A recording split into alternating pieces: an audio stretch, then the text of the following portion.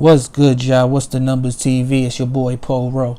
Make sure you subscribe to the channel if you're not subscribed already, and like a video if you appreciate the content that Paul Rowe and What's the Numbers I provided. Today we back with another profile piece. This was on Jutha Perez, aka Jew Hef, out of the Mount Haven section of the Bronx. Some of y'all might be familiar with who he is, some of y'all might not be, but today we're going to talk about the situation that occurred with him in the summer of 2013.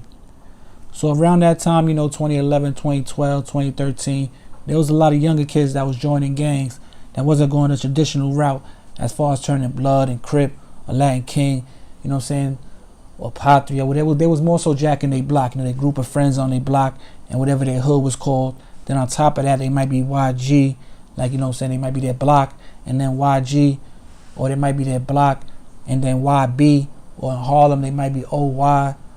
It was different crews like that. Or you might be YG and Blood. That was the whole time of the double jacking, but that's a different video.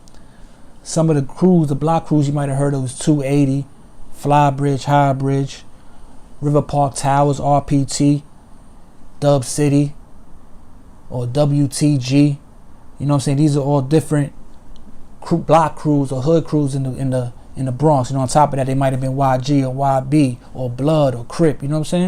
So also around that time, the whole YouTube era was popping. I'm just setting the tone for y'all, and then I know the energy that was out there around this time. Where on the Mobb and DVDs that they would upload on YouTube, they would catch the different crews, in their element on the block, freestyling or partying or just chilling. Because there was also a lot of partying going around that time. They was younger kids, so they was partying. You know how beef start after the party, certain fights. You know how it would be. So now the situation with Jew Hef that occurred was basically they're saying that he's allegedly one of the gang leaders one of the leaders of the YGs basically.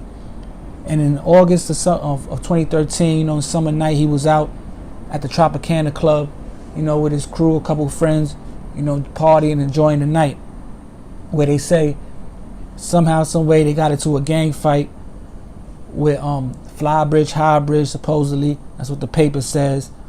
And during the fight or after the fight, he was attempting to walk out the club when somebody came up behind him with the stick from the hookah, the metal piece, and basically started beating him with the metal piece in his head, to where he eventually falls into a coma, where police come and lock the guy up right there on the spot. Now, 8 days later, he passes away, and the guy who got arrested, Melvin Davis, gets charged with manslaughter, assault, resisting arrest, different type of charges.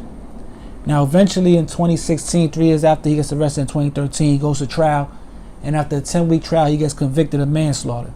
Now, that's all they got as far as articles where you hear anything, because they usually don't check in with the sentencing unless it's a big case like 6ix9ine or something. So I went and checked for the sentencing and everything, and he got sentenced to 20 years for manslaughter.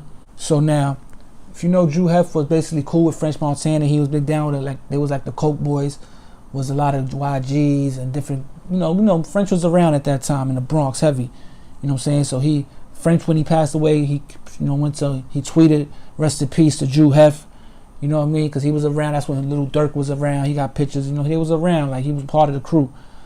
And he basically, sends his condolences to Jew Hef and all that.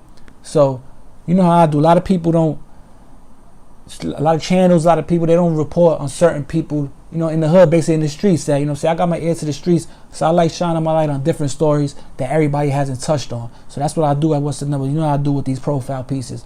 But also moving forward, I got to be mindful for people that I'm reporting on family, and just keep it, keep it respectful. I only report what's out there. I don't make up stories or try to give my opinion. So it's not like I'm adding on to the story.